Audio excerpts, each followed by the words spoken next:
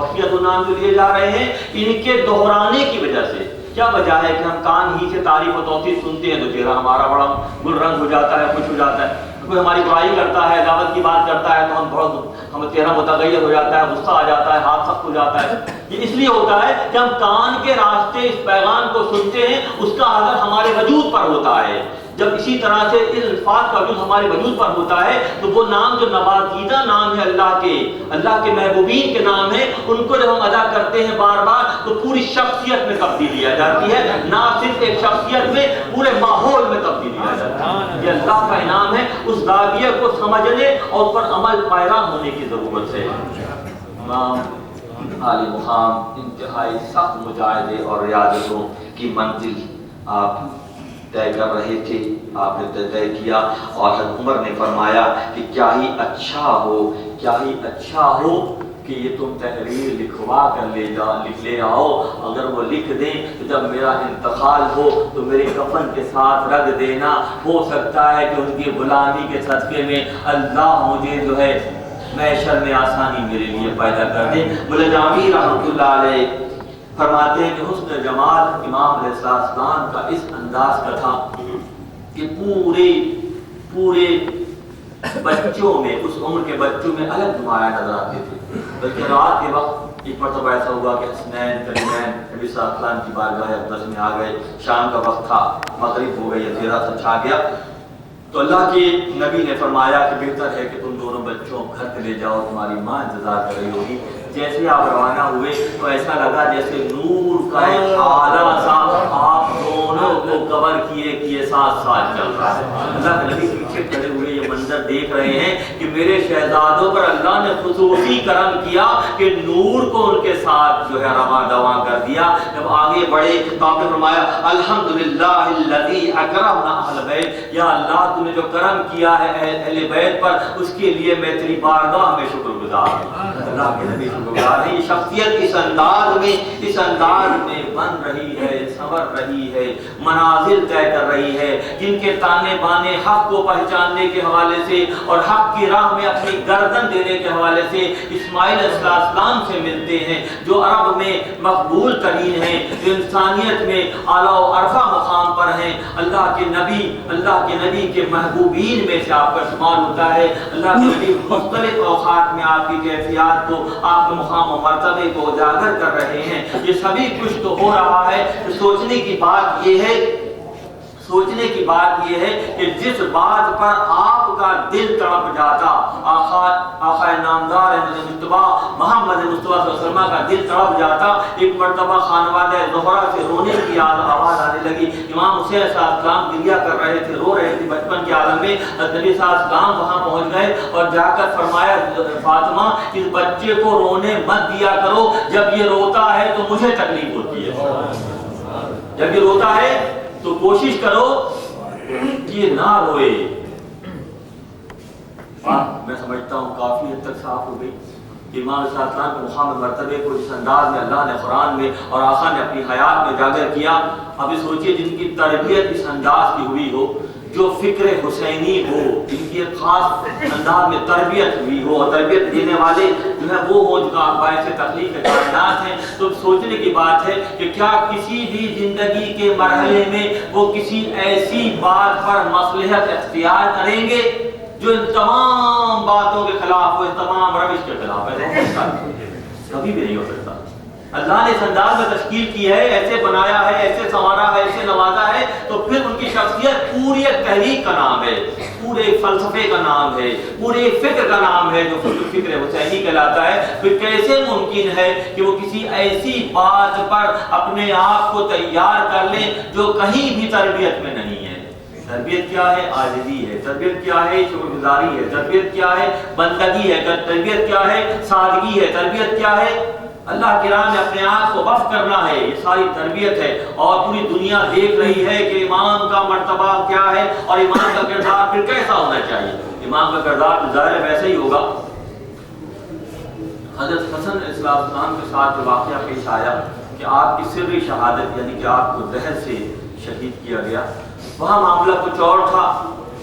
وہاں معاملہ یہ تھا کہ خلافت کی بات تھی اور اللہ کے نبی نے فرمایا کہ میرا یہ بیٹا مسلمانوں کے دو گروہ کے درمیان مصالحت کا کردار ادا کرے گا۔ امام علی مقام، امام حسین، امام حسن علیہ السلام نے مصالحت اختیار کرتے ہوئے مسلمانوں میں خلفشار کو روکنے کے لیے اپنے آپ کو پسپائی کی کیفیت میں لے گئے اور پسپا ہو گئے خلافت سے۔ اگر خدا نہ خواستہ وہاں یہ منزل ہوتی کہ بیعت کرنے کی بات ہوتی تو شاید امام حسن بھی وہی کردار ادا کرتے جو امام حسین نے کردار ادا کیا، مگر کیونکہ آقا یہ فرما چکے تھے کہ میرا بیٹا دو گروہوں کے درمیان مصالحت کرائے گا، تو آپ نے وہ کر دیا۔ اور اگلے منزل میں بات خلافت کی نہیں تھی بلکہ بات بیعت کی تھی، اور بیعت وہ کہ میرا جیسا، امام حسین علیہ السلام نے فرمایا کہ میرا جیسا یزید کے جیسے سے بیعت نہیں کر سکتا۔ شاہ ہست حسین بادشاہ ہست حسین، شاہ ہست حسین بادشاہ ہست حسین، دی ہست حسین دی پناہ ہست حسین، سرداد دست نداد در دست یزید، حقا کے بنا الہ الہ ہست حسین۔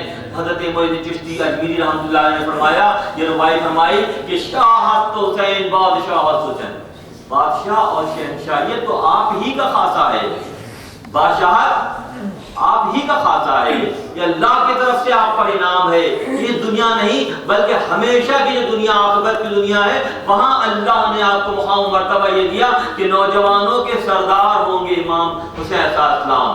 شاہ ہست حسین بادشاہ ہست حسین، دین ہست حسین دین پناہ ہست، دین کو بچانے والے امام حسین علیہ السلام ہیں۔ ایک لمحے کے لیے سوچیے اگر امام حسین علیہ السلام اس ساری تربیت کو چھوڑ کر یزید کے ہاتھ پر بیعت کر لیتے تو پھر بہت سے طالع آزما اور خود پسند یہ کہتے نظر آتے معاشرے میں کہ تم حسین سے زیادہ جانتے ہو، جب انہوں نے یزید کے ہاتھ پہ بیعت کر لی ہے تو تمہیں ہماری تابعداری کرنے میں کیا آ رہا ہے۔ مگر تا قیامت تک کے لیے مثال امام حسین علیہ السلام نے بنا دی۔ شاہ ہست حسین بادشاہ ہست حسین، دی ہست حسین دی پناہ ہست حسین، سرداد اپنا سر دے دیا، دست ندو در دست یزید، یہ اپنا سر تو دے دیا، اپنا ہاتھ مصلحت کی بنیاد پر یزید کے ہاتھ میں نہیں دیا۔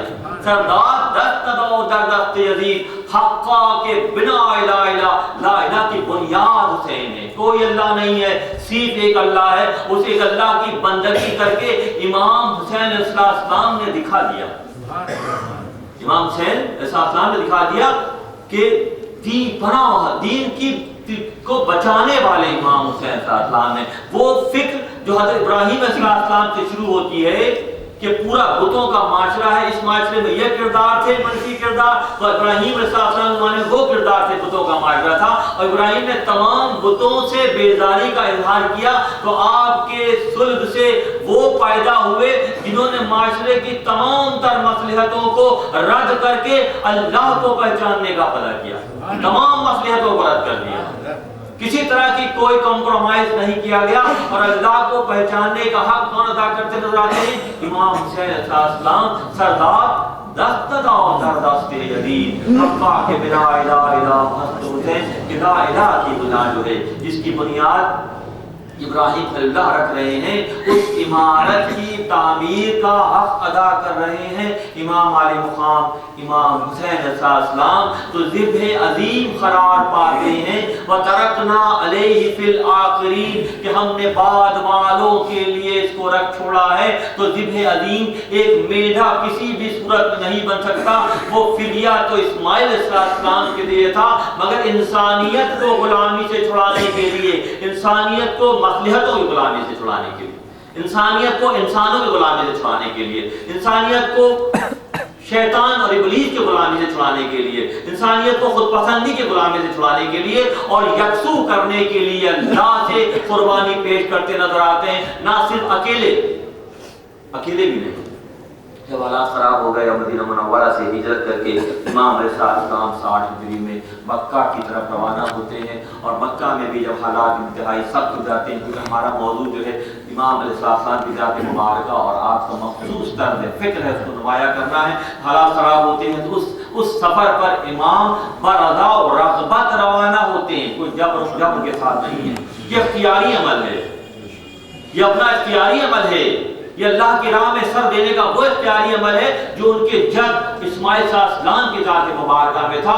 اپنے گھر والے، اپنے خانوادوں کے ساتھ امام اس سفر پر روانہ ہوتے ہیں جو اس راہ پر روانہ ہوتے ہیں۔ مرتبہ ایسا ہوا نبی صلی اللہ علیہ وسلم بہت پریشان حال پال نکلے ہوئے، چہرہ درد آلود۔ ام سلمہ امہات المومنین کی جو شخصیت ہے، ام سلمہ رضی اللہ تعالیٰ عنہ کے گھر پر تشریف لاتے ہیں۔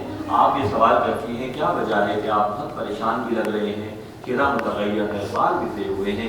آپ صلی اللہ علیہ وسلم نے فرمایا کہ آج جبریل امین مجھے اس مقام پر لے گئے تھے عراق میں جو کربلا کہلاتا ہے، اور وہاں مجھے وہ منظر دکھایا گیا کہ میرا بیٹا حسین اس زمین پر شہید ہوگا، ناحق شہید کر دیا جائے گا۔ یہ میں ریت وہاں سے لایا ہوں، یہ تم اپنے پاس سنبھال کر رکھنا، جس دن یہ ریت سرخ ہو جائے تو سمجھ جانا کہ آج حسین جو ہے راہ خدا میں وہاں شہادت نوش کر چکے